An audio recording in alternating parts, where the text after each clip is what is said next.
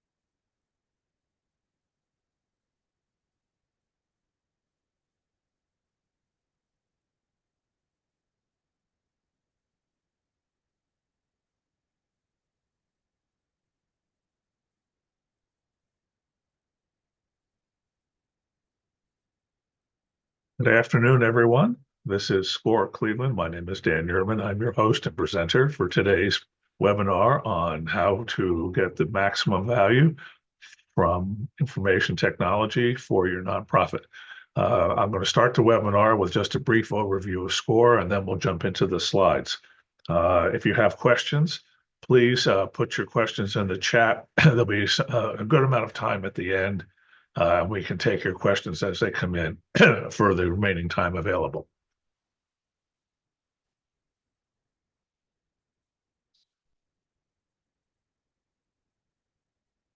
Okay, SCORE's mission and vision and values.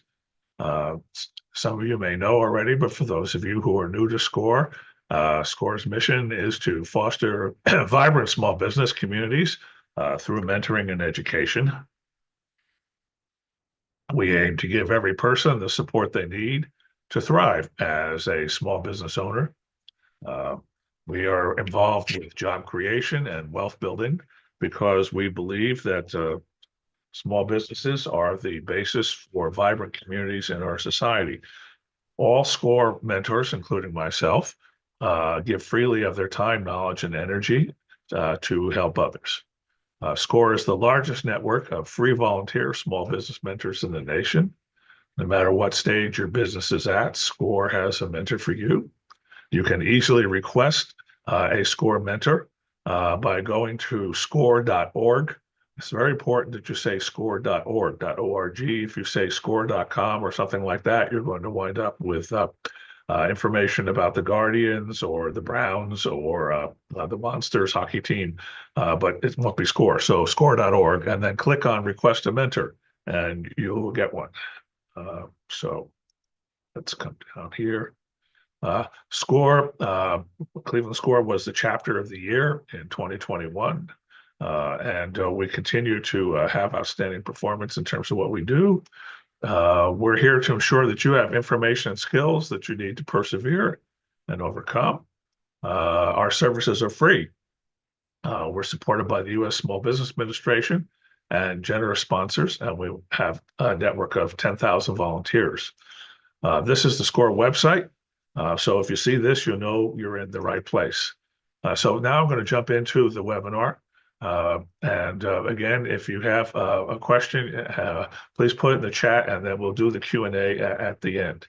So technology is an investment for all nonprofits. Everyone uses technology today, and a lot of them say, well, it's overhead, and it really isn't. It's an essential part of business planning and budgeting, and organizational leadership has to be involved. This is not something you can just hand off to the IT guy or somebody who comes in under a contract. You really do need, as a nonprofit, to think about how you're going to leverage technology, because almost all organizations today find that digital technology is an essential part of their business.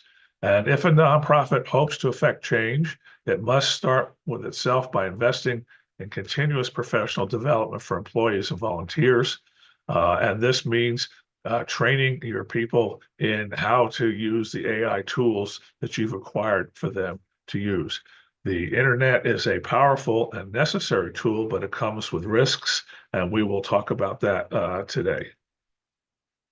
In terms of how IT is managed by a nonprofit, the function is only rarely or occasionally dealt with a key asset by around 4 out of 10 of nonprofits.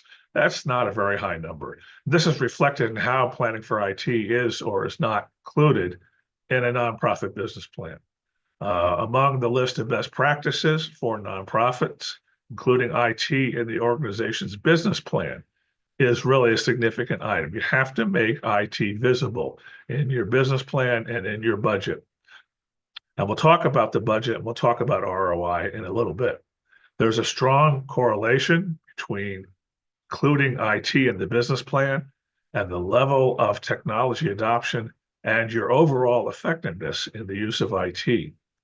And if you do include IT in your business plan, you really want to look at this every year. This is not something you say one and done. You really do have to look on an annual basis because IT is changing rapidly. And if you don't change it within 2 or 3 years, you're going to find yourself left behind, and you don't want to do that.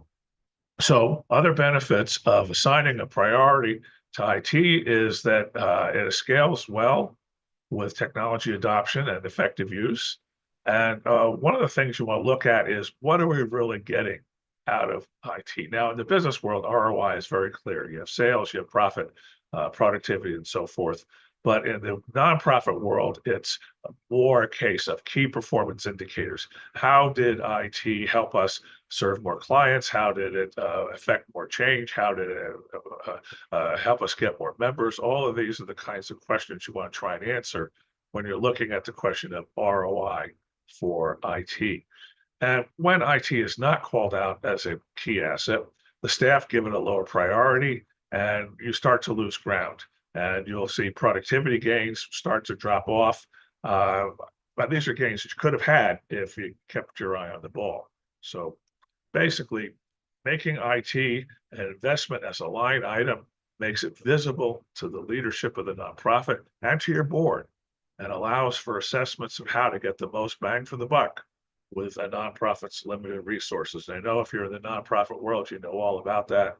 Every dollar's got to be squeezed 6 ways against the middle in order to get the most out of it. That includes IT. So budget allocations for technology functions are surrogate measures for what staff do, how they spend time with IT, and it's also based on the size of the organization. Regardless of your size, management of IT hardware, software, and services has to be a budget priority for nonprofits. When the costs of hardware and software assets are not a line item in administrative cost structure, this can lead to make them hidden costs and therefore an uncontrolled cost. The only costs you control are the ones you see. If you lump it in with all your other admin costs, you can't see it and you don't know what it's doing for you, nor can you measure the results that it's creating for you. So by making it visible, you now have the opportunity to measure the results, see what your investments in IT are doing for you. Key area is control of data for the nonprofit. You need to know who enters or updates data and who can read it and who can use it. Examples of data including budget, income, and spending information, client data, or membership management. Another class really important for nonprofits is donor management and overall fundraising information, as well as grant applications, and especially the administration of restricted funds. Finally, information about board meetings and personnel information are also types of data that you would manage as a nonprofit. Now, the key objectives for you are to train your staff in the use of technologies they already have and to get value out of the installed hardware and software. Now, for a lot of nonprofits, basically, most technology responsibilities sometimes are assigned to in-house staff on a part-time basis. That may be okay. But you also need to have someone who fundamentally is thinking about IT. And For small nonprofit, this can mean a person who's doing other nonprofit work has to stop doing some of that work they were assigned in order to support the nonprofit's mission. So it's a difficult trade-off. And nonprofits say, well, I really don't have time to assign Joe or Jill this IT stuff. We're just going to have to, kind of wing it. That's not the right answer. This is an area where an outside contractor can be brought in and it becomes a real option.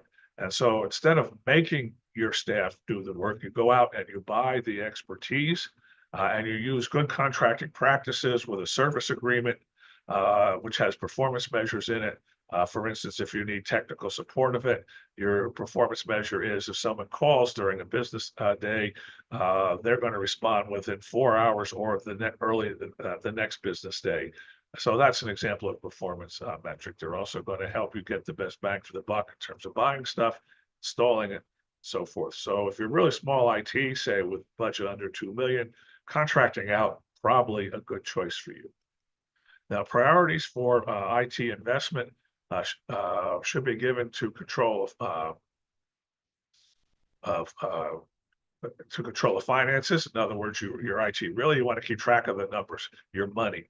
That's number one. You need a good accounting package, and if you have an account, either a staff account or accounting company that's providing your service, ask them what is the best finance package for your nonprofit and for the size of your nonprofit. So get some advice from a CPA. And if you don't have one, I strongly recommend that you do go out and arrange for that kind of advice because that will save you a lot of trouble. If all your numbers are wrapped up in a bunch of ad hoc spreadsheets, you're going to make a lot of work for your accountant, and he will or she will bill you for that time. And the money is better spent on a good finance package that your accountant is also using because it means that electronically your data is data that he or she can see and it's going to speed things up and it's going to be more cost effective for you. So really give that some strong thought.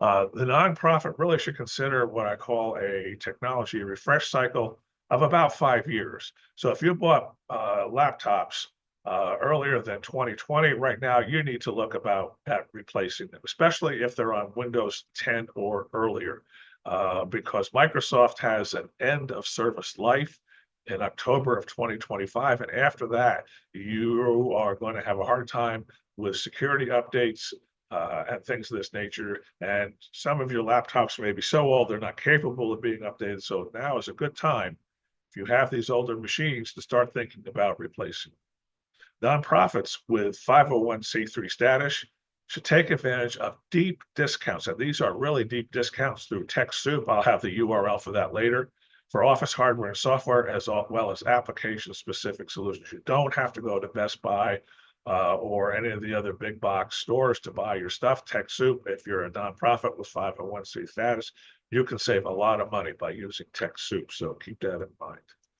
Okay, donor management software. There are specific packages which, if you have a lot of individual donors coming in, you really do want a specific vertical market application that goes beyond casual spreadsheets to manage prospects, people who think they might join or have made pledges, mass mailings, postal, email giving campaigns, and grant applications. Other uses of this software includes membership management, client engagement applications, and record keeping. You cannot trust these functions to casual spreadsheets. It will get you into trouble because the spreadsheets can be corrupted, they can be lost. With one click of the finger, you can wind up losing data. You really need this stuff in a software package that's designed to do the kind of job that you needed to do for donor management. Depending on what the nonprofit does, there may be other vertical applications that serve its mission. Examples include churches, education, enrollment class schedules, health, patient records, and you can use these applications in the cloud where necessary. Why do you want to do that? And the answer is business continuity.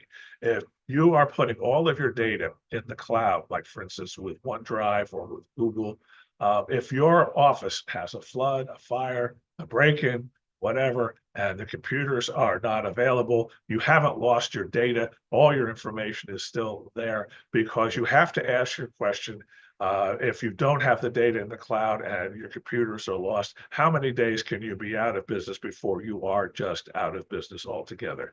And that's really a critical risk issue that you have to address. And putting your data in the cloud will help resolve that risk.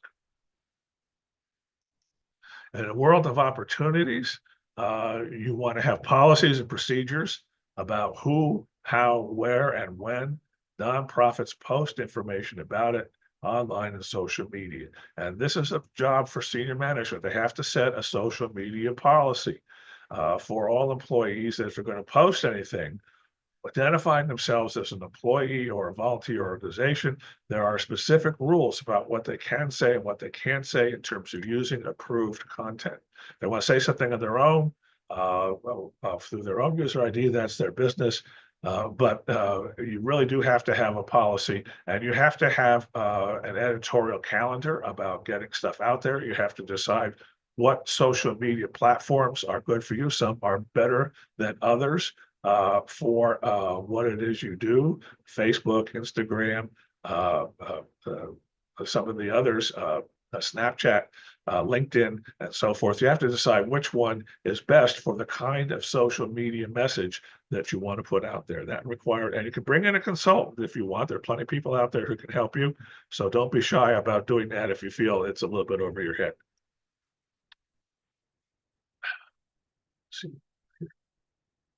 Okay, I will answer Q and A's and stuff that's in the chat after I get through the slides, so just hang in there. Based on the mission of the nonprofit, as I mentioned, decide which social media platform, have a use policy, editorial calendar, decide if you have, for instance, specific events that come up over the course of a year, like if you have a golf scramble or run for the money or other kinds of events like that. You want to work backwards from that and figure out when you want to start promoting them with social media. Don't forget to use social media analytics. Keep an eye on who's clicked on your stuff, where they're coming from. Did they respond to anything on your website to help you figure out how well your message is being received? And consider hiring outside expertise for this function. Cybersecurity, everyone says, ooh, the hackers are coming to get me. Yeah, well, yes, they are. All right. I have a tool on my professional email that tells me how many failed attempts there are, people trying to hack in. It's a dozen a day or more of people just trolling for weak passwords. And it's not because they know whether I have anything important or not. They're just looking for email addresses that can be exploited because they have weak passwords. They're not guarded carefully. And so they just keep going one after another. So yes, the bad guys are out there and they are coming for your data. They're coming for your money. They're coming for your domain. You name it, they're coming for it. Yes, it is a threat. And yes, you should be worried.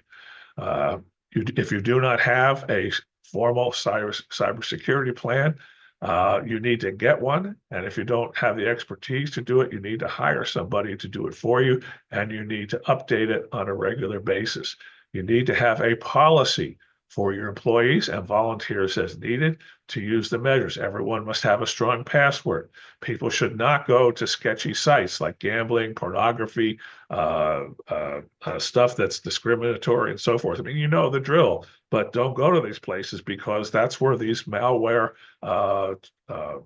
people lurk, and they will take advantage of you. So people are using your domain name like nonprofit.org, whatever you might be. They're on the internet. They have to be very careful about where they go and what they do.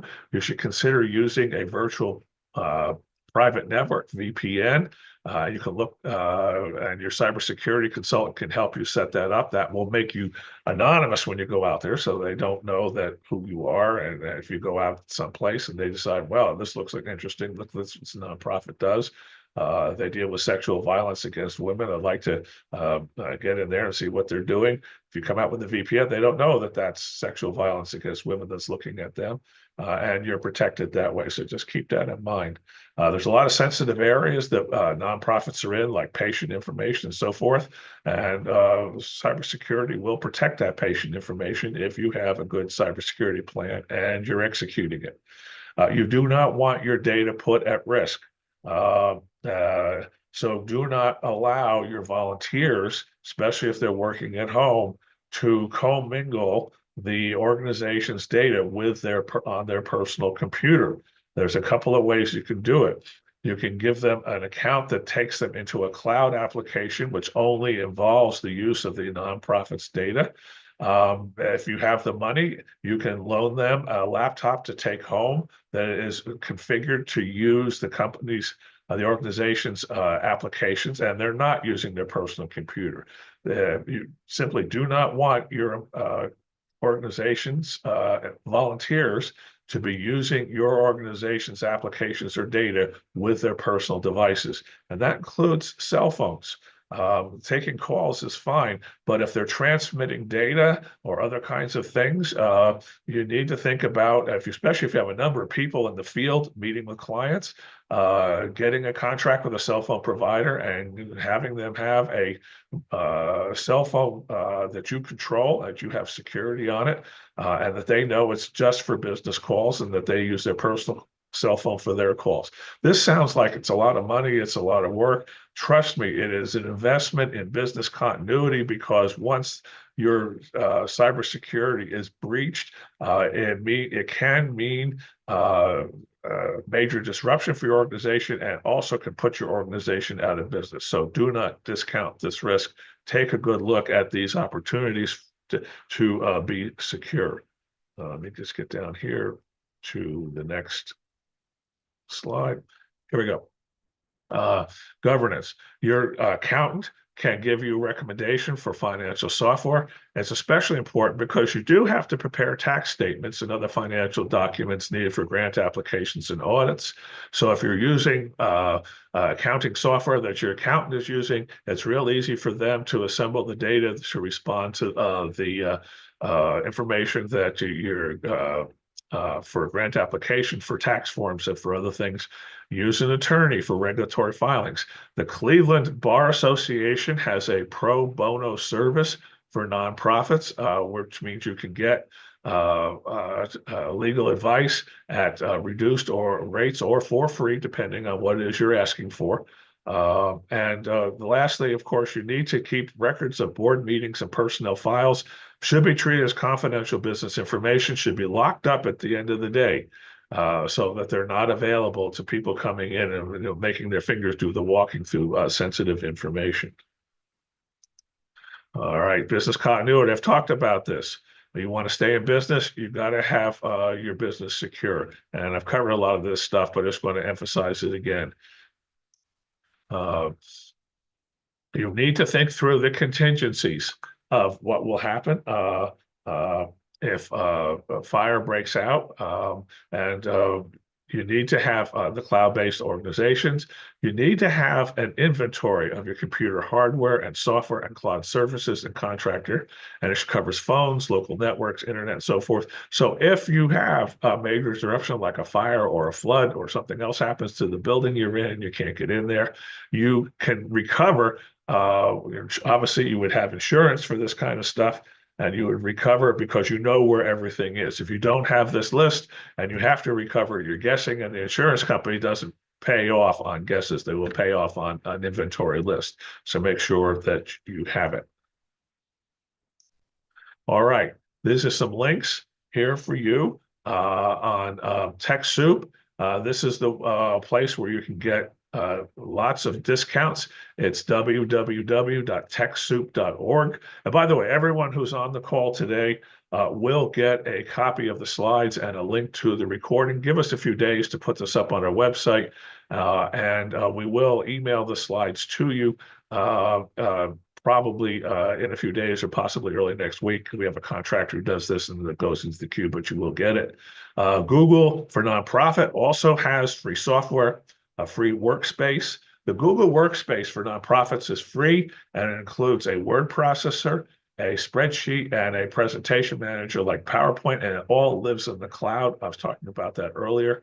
So definitely, if you don't have a cloud application and you want to go out there, you can do that up, and you're not charged by the drink. You make arrangements with Google to put your entire staff on there, and then they're all using it, and you're all sharing the data in the cloud. So keep that in mind. So let's go. So that is the end of the thing. I'm going to come back, and you can see my smiling face here, and I'm going to start taking the questions. Recommendation on donor management software. SCORE doesn't make commercial recommendations. However, if you let me go back. If you go to that slide there, you will see that there are a couple of organizations that provide information on donor management software. There are, and these are scaled, by the way, to the size of the nonprofit. And so for nonprofits with basically the scale is basically nonprofits with a budget under 2 million, nonprofits with budget of 2 to 5 million, and then budgets 5 million and above. So when you take a look at that last slide in there, let me go back and find that and put that in the chat. Give me a moment here. And I'll get that slide back up.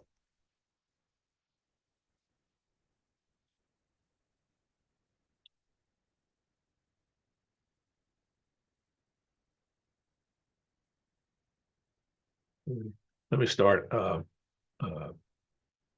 sharing again. I'm going to put that slide back up, and I'll talk from that slide.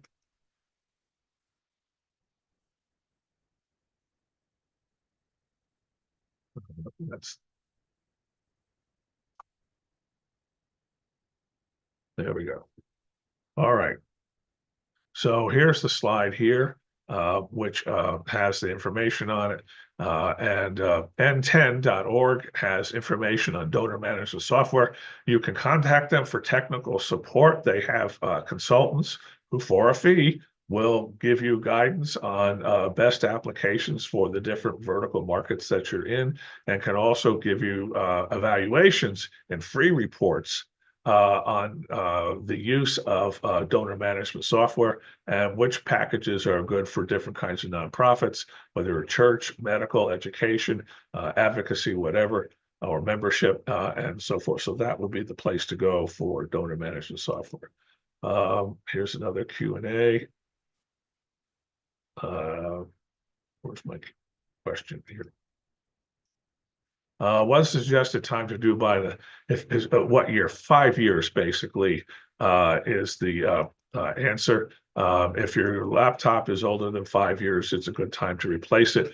As I mentioned earlier, if your laptop is still on Windows 10, you need to evaluate it whether it can be upgraded to Windows 11. The upgrade is free if your laptop can be upgraded. Now, Microsoft has a free tool that's available, which will evaluate your laptop's hardware and software and memory and disk space and tell you whether or not your laptop is capable of being upgraded to Windows 11. If the answer is no, definitely time to buy a new one. And even if the answer is yes, if it's older than 5 years, it's time to buy a new one. So the answer to that question is, 5 years. Let's go to the next one.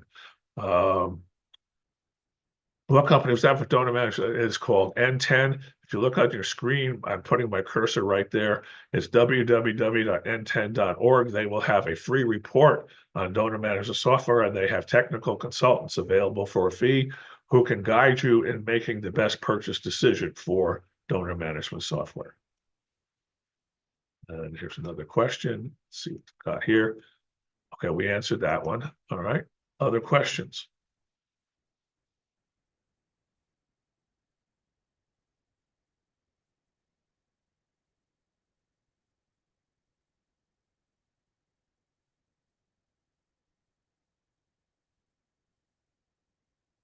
Well, don't be shy if you have questions. I know I've put a lot out there and went through a lot of it, but if you do have questions, now's a good time.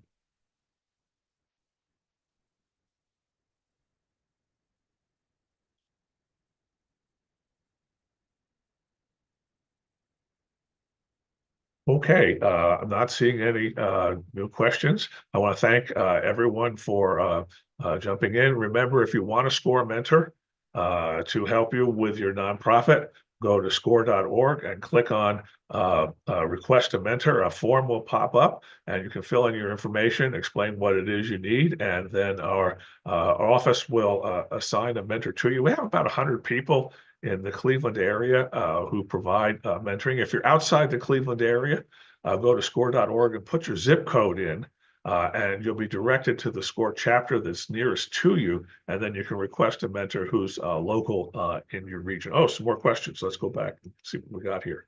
Hang on. Well, thank you. I'm glad it was helpful. Was there anything else? No, there's not.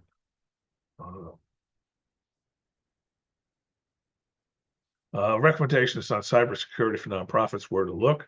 Um, you're going to have to go out on the internet and just say cybersecurity consultant, nonprofits Cleveland, and ask for and see what's out there. I do not have any recommendations.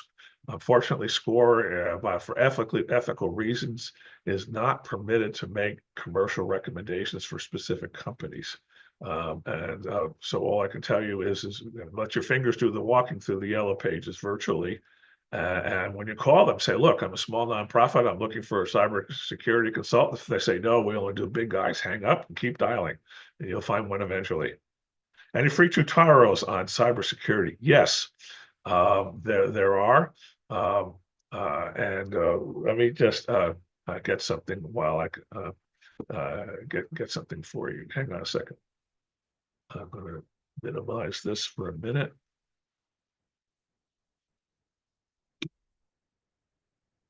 Stop sharing. And give me a moment while I go into my internet. So forgive me while I close this. All right, close that. All right, you guys are still here. Let me go out and get something from my hard drive.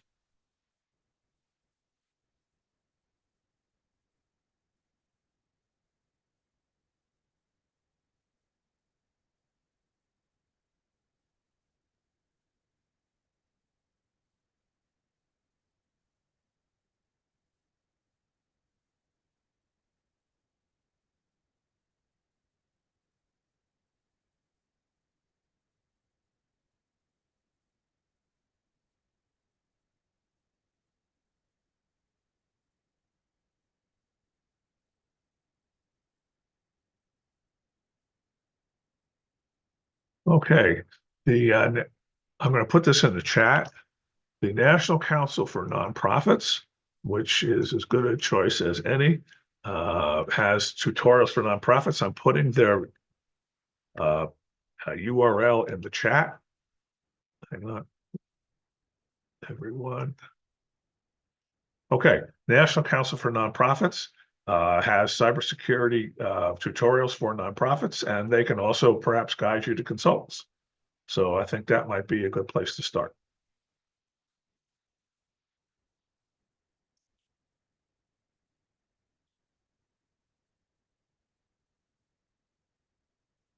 Any other questions?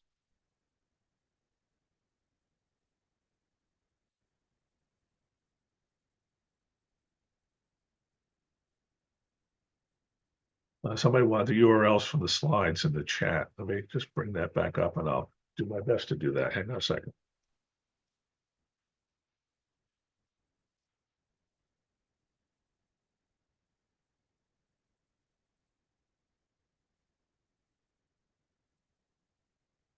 Well, I'm going to do these one at a time. So bear with me.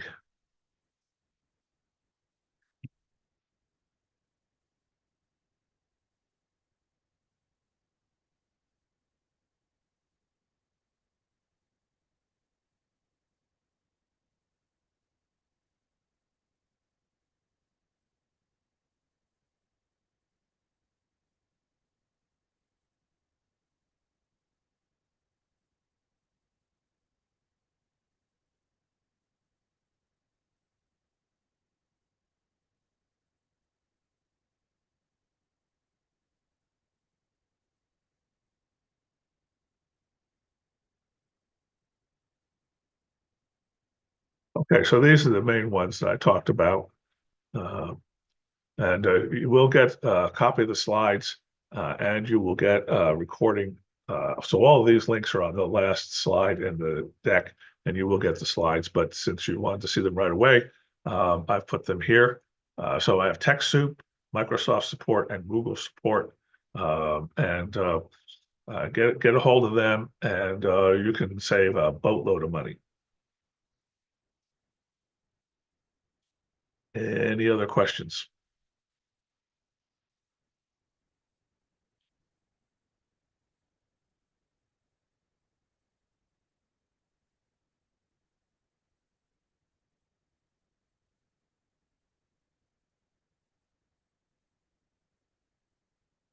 Somebody asked, where can we find accountants or bookkeepers for nonprofits? There should be in your city, wherever you're located, an association of CPAs, and you can call them for referrals.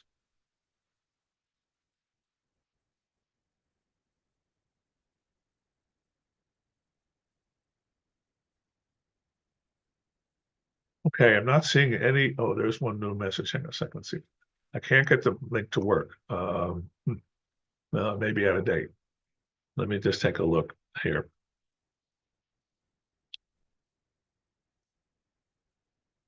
Let's see what we can do. Just a minute. Let me just take a look.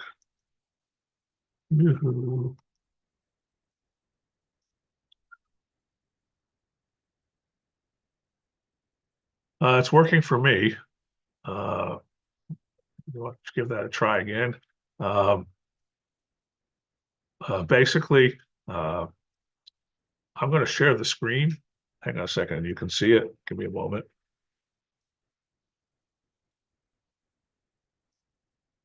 All right, this is the screen for Microsoft nonprofits. Basically, you can say getting started with a nonprofit tech to move your mission forward. Eligibility helps you understand if you might be eligible. Applying for nonprofits and so forth. So there's a lot here to get going, but the URL does work. So sorry if you're having a problem, but all I can tell you is that it is working.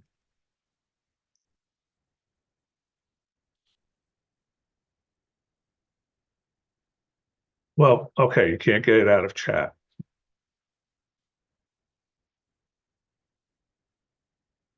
I see. Okay, let me try putting it in chat again. Uh, uh, this, let's try this. All right. Okay, try this one. See if that works. All right, bravo. Thank you for telling me about your issue, and I'm glad I was able to resolve it.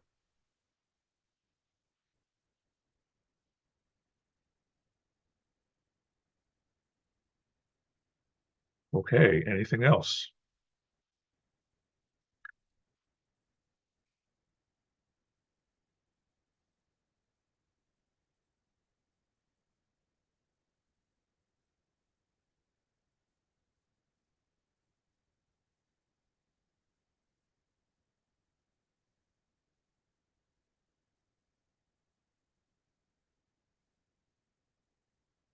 All right, folks. It was a pleasure having all of you today. Hope you have wish you well with your work with nonprofits. And don't forget, if you need a SCORE mentor, just go to score.org and click